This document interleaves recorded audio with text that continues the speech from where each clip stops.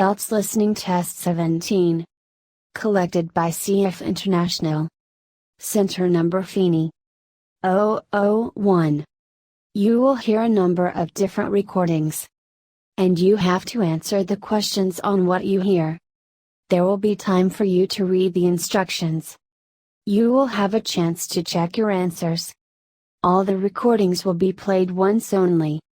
And the test is in 4 parts. Best of luck. Part 1. You will hear a telephone conversation between a woman who is looking for a job and a man from a company that organizes cycling holidays. First, you have some time to look at questions 1 to 6.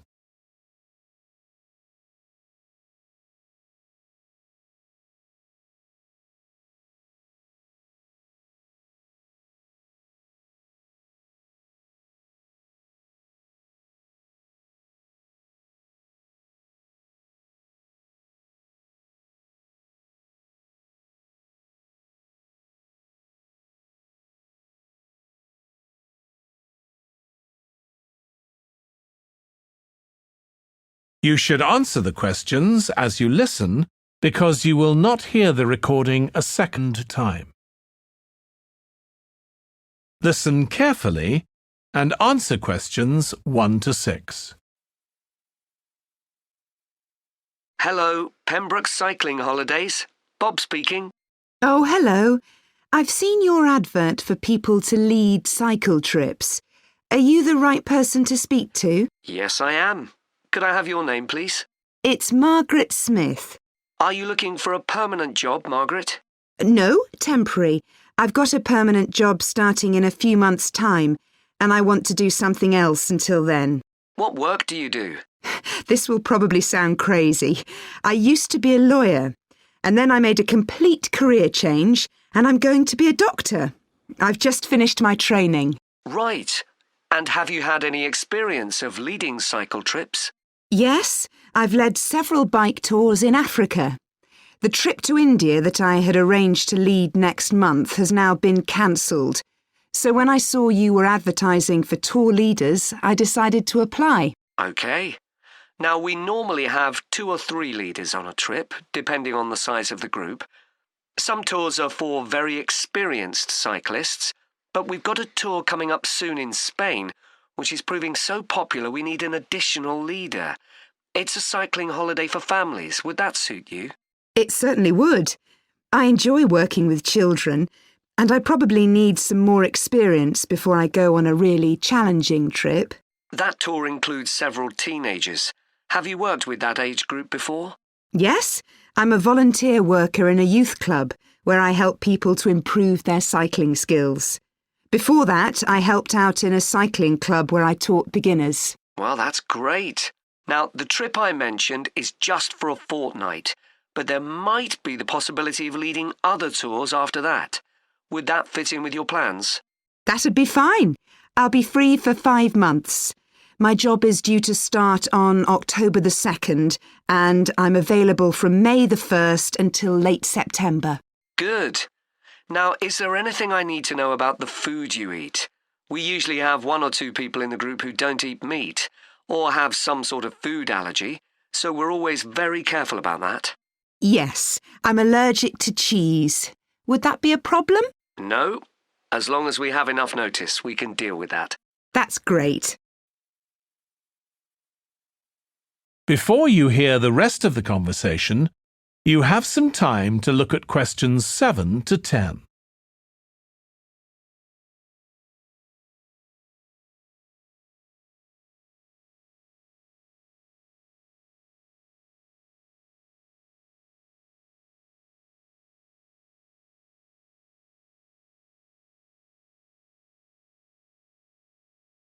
Now listen and answer questions 7 to 10.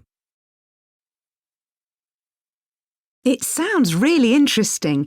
Would you like me to fill in an application form? Yes, please. Where should I post it to? Could you send it to 27 Arbuthnot Place, Arbuthnot, Place, Dumfries. And what's the postcode, please? DG7 4PH. Was that P Papa or B Bravo? P Papa. Got that. If you could return the application form by Friday this week, we can interview you on Tuesday next week. Say 2:30? Would that be possible for you? Yes, it's fine. You're quite a long way from where I live, so I'll drive over on Monday. Should I bring anything to the interview? We'll have your application form, of course, but we'll need to see any certificates you've got that are relevant in cycling, first aid, or whatever. OK. And at the interview, we'd like to find out about your experience of being a tour guide. So, could you prepare a 10-minute talk about that, please? You don't need slides or any complicated equipment, just some notes. Right. I'll start thinking about that straight away. Good. Well, we'll look forward to receiving your application form and we'll contact you to confirm the interview. Thanks very much. Thank you, Margaret. Goodbye. Bye. That is the end of part 1. You now have half a minute to check your answers.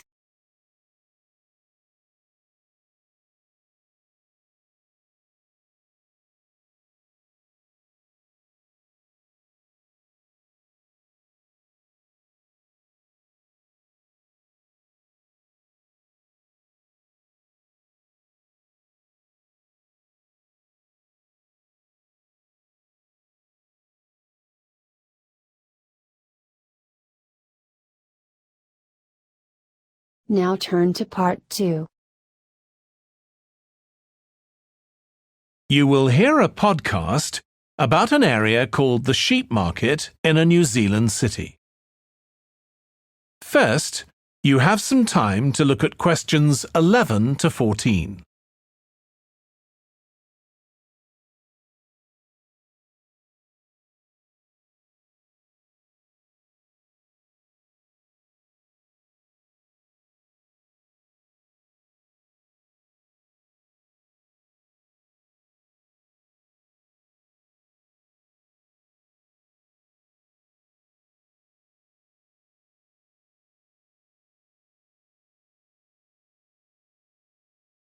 Now listen carefully and answer questions 11 to 14.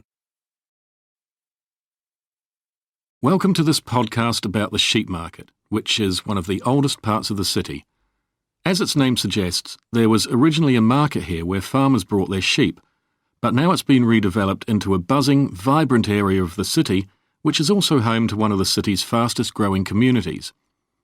The nearby university has always meant the area is popular with students who come in to enjoy the lively nightlife, but now graduates embarking on careers in the worlds of fashion and design are buying up the new apartments recently built here to replace the small houses where the market workers used to live. The narrow old side streets are great places for finding original pictures, jewellery and ceramics which won't break the bank, as well as local produce like fruit and vegetables. There's also lots of pavement cafes where you can have a coffee and watch tourists from all over the world go by. The oldest buildings in the area are on the main streets, including the city's first department store, built in the 1880s, which is still open today. The sheep market is a centre for fashion, and there's a policy of encouraging new young designers. The Young Fashion Competition is open to local young people who are passionate about fashion.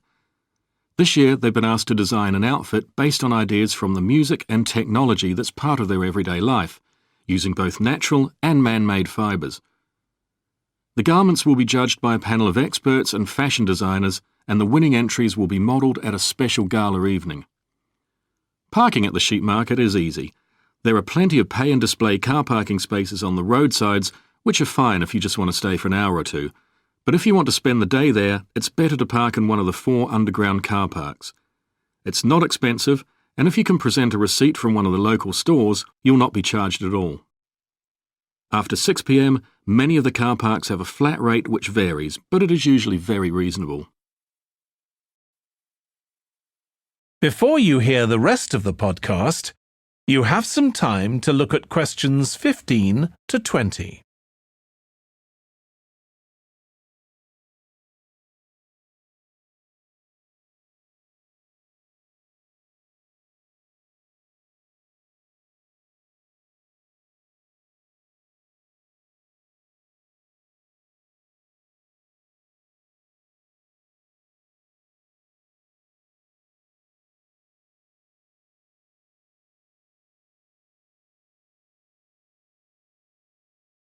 Now listen and answer questions 15 to 20. The sheep market is one of the main centres for art and history in the whole of the country. If you look at our map, you'll see some of the main attractions there. Most visitors start from Crawley Road at the bottom of the map. The Reynolds House is one of the oldest houses in the city and is open to the public. It's on the north side of Crawley Road, next to the footpath that leads to the public gardens. The area is particularly interesting for its unusual sculptures. The thumb is just what its name suggests, but it's about 10 metres high. You'll see it on Hill Road, across the road from the bank.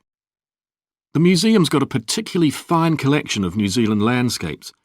It's on the east side of the sheep market, on City Road. It's on the other side of the road from the public gardens, immediately facing the junction with Hill Road.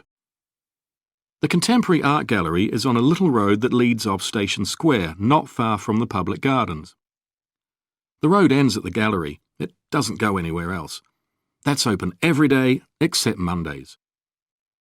The Warner Gallery specialises in 19th century art. It's on City Road, near the junction with Crawley Road, on the same side of the road as the public gardens. It's open on weekdays from 9 to 5 and entry is free. Finally, if you're interested in purchasing high-quality artwork, the place to go is Nucleus.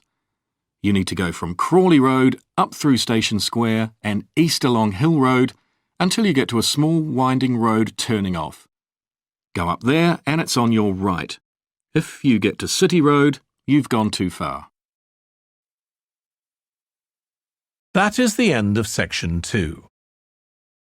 You now have half a minute to check your answers.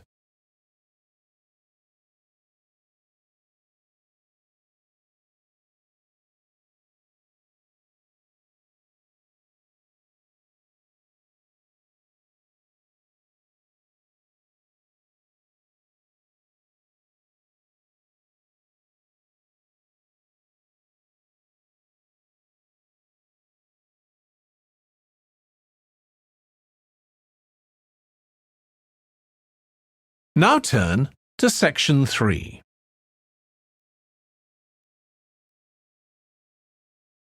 That is the end of part 2. You now have half a minute to check your answers.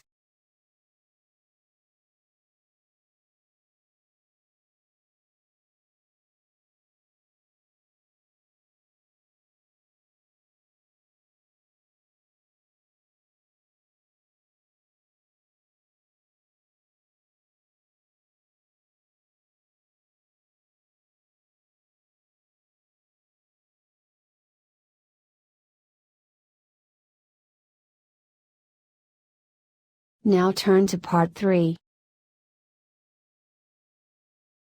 You will hear two students, Katie and Joe, discussing a presentation in their film studies course. First, you have some time to look at questions 21 to 24.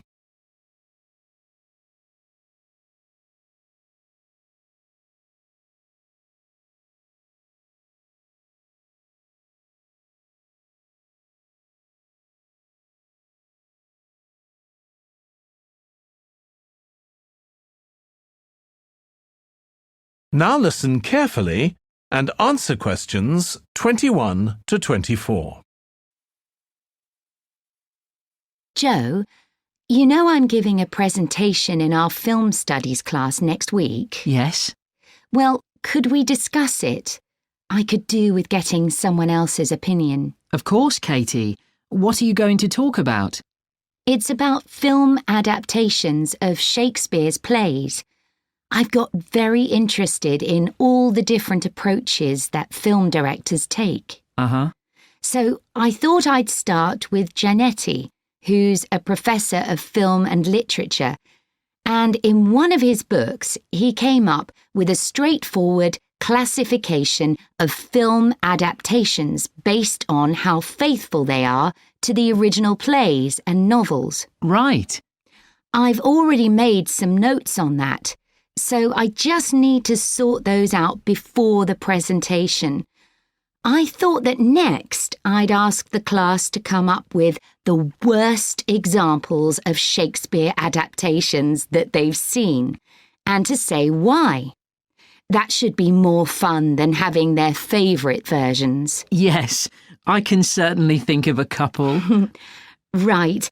Next, I want to talk about Rachel Malco. I came across something on the internet about her work on film adaptations, and I was thinking of showing some film clips to illustrate her ideas. Will you have enough time, though, both to prepare and during the presentation? After all, I doubt if you'll be able to find all the clips you want. Perhaps you're right. OK, well, I'd better do some slides instead, saying how various films relate to what she says. That should encourage discussion. Next, I want to say something about how plays may be chosen for adaptation because they're concerned with issues of the time when the film is made. You mean things like patriotism or the role of government? Exactly. It's quite tricky, but I've got a few ideas I'd like to discuss. Before you hear the rest of the discussion, you have some time to look at questions 25 to 30.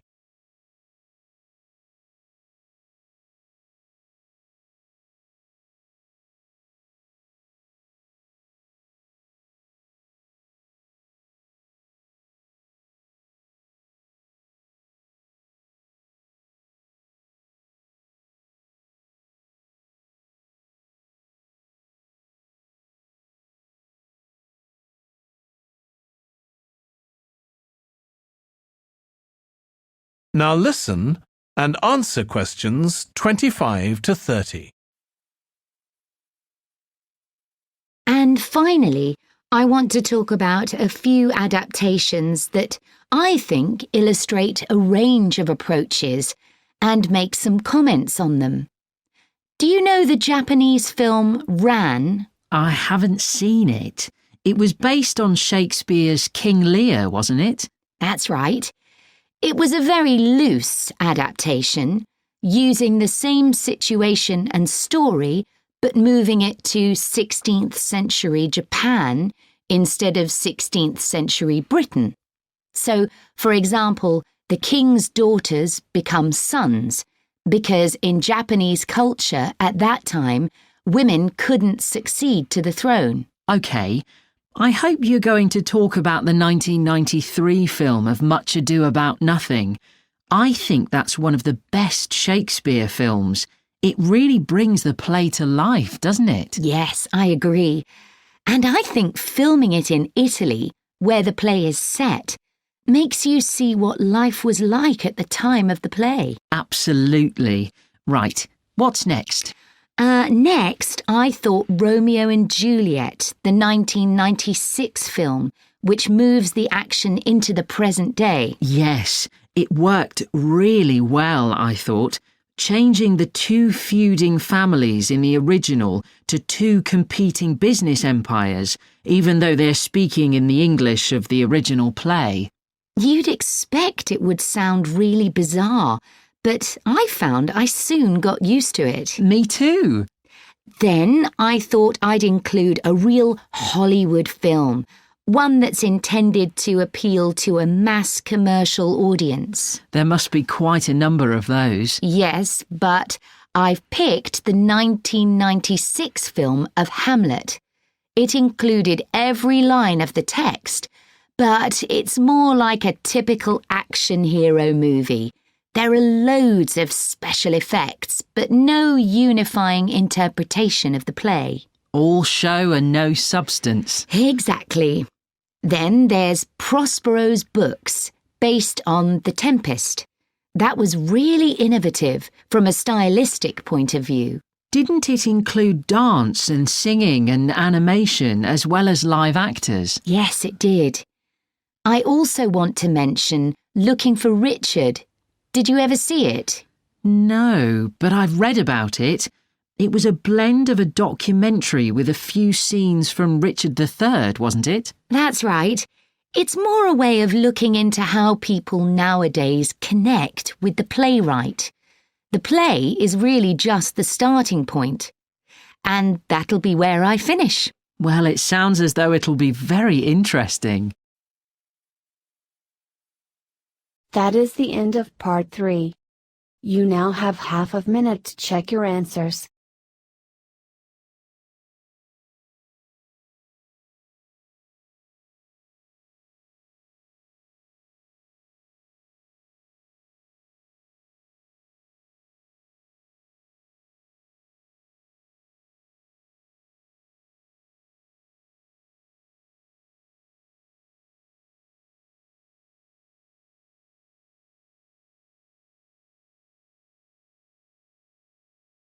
Now turn to part 4. You will hear part of a lecture about noise in cities. First, you have some time to look at questions 31 to 40.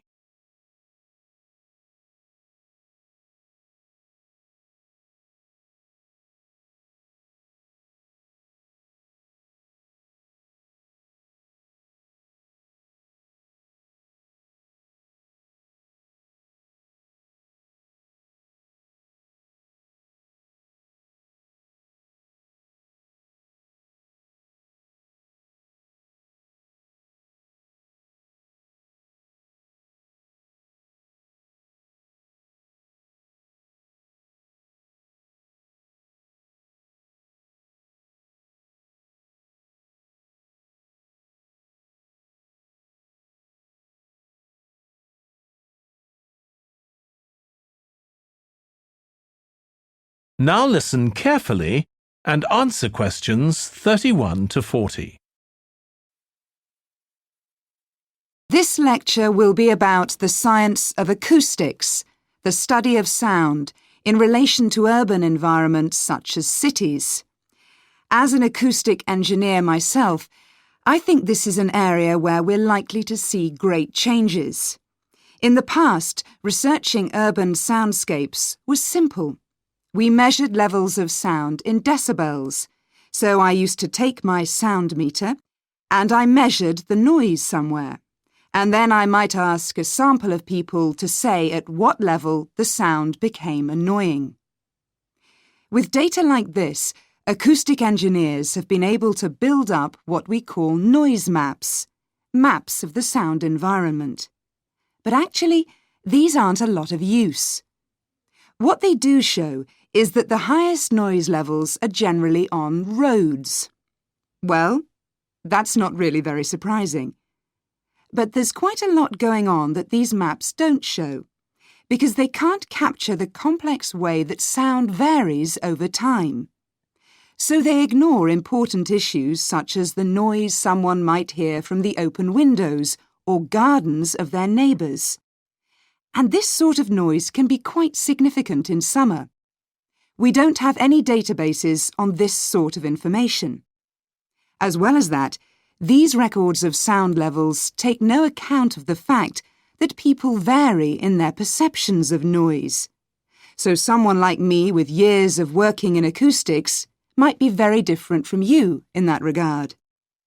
But anyway, even though these noise maps are fairly crude, they've been useful in providing information and raising awareness that noise matters. We need to deal with it, and so it's a political matter. And that's important. We need rules and regulations because noise can cause all sorts of problems. Those of you who are city dwellers know that things go on 24 hours a day, so city dwellers often suffer from interrupted sleep. It's also known that noise can lead to a rise in levels of stress due to physical changes in the body affecting the composition of the blood. And there are other problems as well. For instance, if school children don't have a quiet place to study, their work will suffer. Now, one problem with decibel measurement is that it doesn't differentiate between different types of noise. Some types of sounds that most people would probably think of as nice and relaxing might well score quite highly in decibel levels. Think of the sound made by a fountain in a town square, for example. That's not necessarily something that we'd want to control or reduce. So maybe researchers should consider these sorts of sounds in urban design. This is going to be tricky, because just measuring decibel levels isn't going to help us here. Instead, many researchers are using social science techniques, studying people's emotional response to sound by using questionnaires and so on.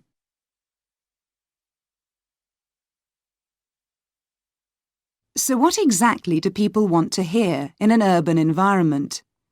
Some recent interdisciplinary research has come out with results that at first sight seem contradictory. A city needs to have a sense of activity, so it needs to be lively, with sounds like the clack of high heels on a pavement or the hiss of a coffee machine. But these mustn't be too intrusive, because at the same time we need to be able to relax. One of the major problems in achieving this will be getting architects and town planners to use the research. Apart from studying the basics of acoustics, these people receive very little training in this area. But in fact, they should be regarding sound as an opportunity to add to the experience of urban living, whereas at present they tend to see it as something to be avoided or reduced as far as possible, or something that's just a job for engineers, like the street drainage system. What's needed is for noise in cities to be regarded as an aesthetic quality, as something that has the qualities of an art form. If we acknowledge this, then we urgently need to know what governs it and how designers can work with it. We need to develop a complex understanding of many factors. What is the relationship between sound and culture? What can we learn from disciplines such as psychology about the way that sound interacts with human development and social relationships, and the way that sound affects our thoughts and feelings? Can we learn anything from physics about the nature of sound itself? Today's powerful technologies can also help us. To show us their ideas and help us to imagine the effect their buildings will have, architects and town planners already use virtual reality. But these programs are silent. In the future, such programs could use realistic sounds, meaning that soundscapes could be explored before being built. So hopefully, using the best technology we can lay our hands on, the city of the future will be a pleasure to the ears as well as the eyes. That is the end of part 4. You now have half a minute to check your answers.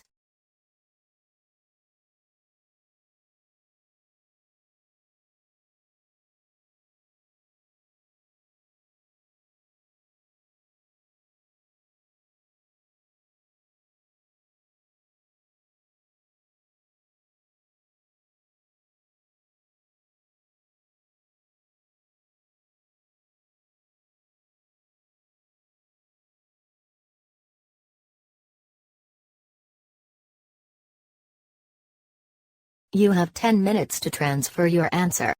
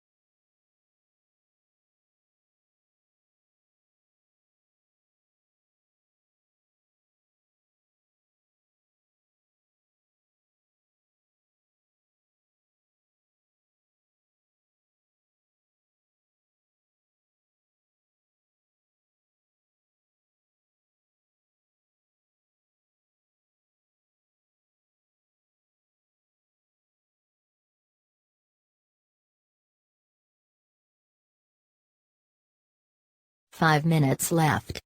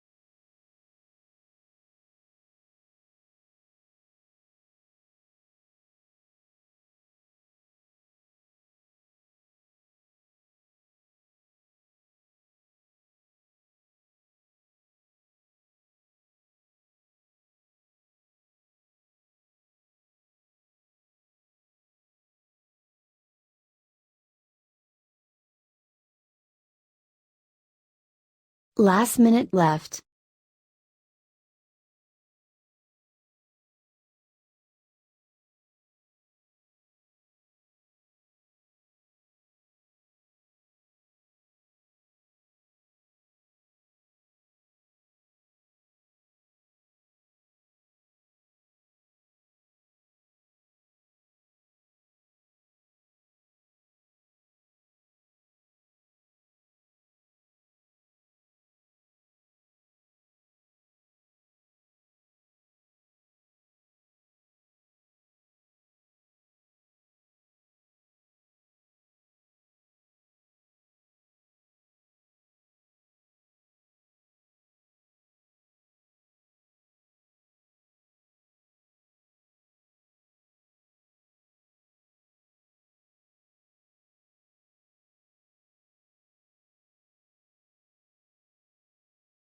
stop writing. Thank you for supporting CF International Feeney.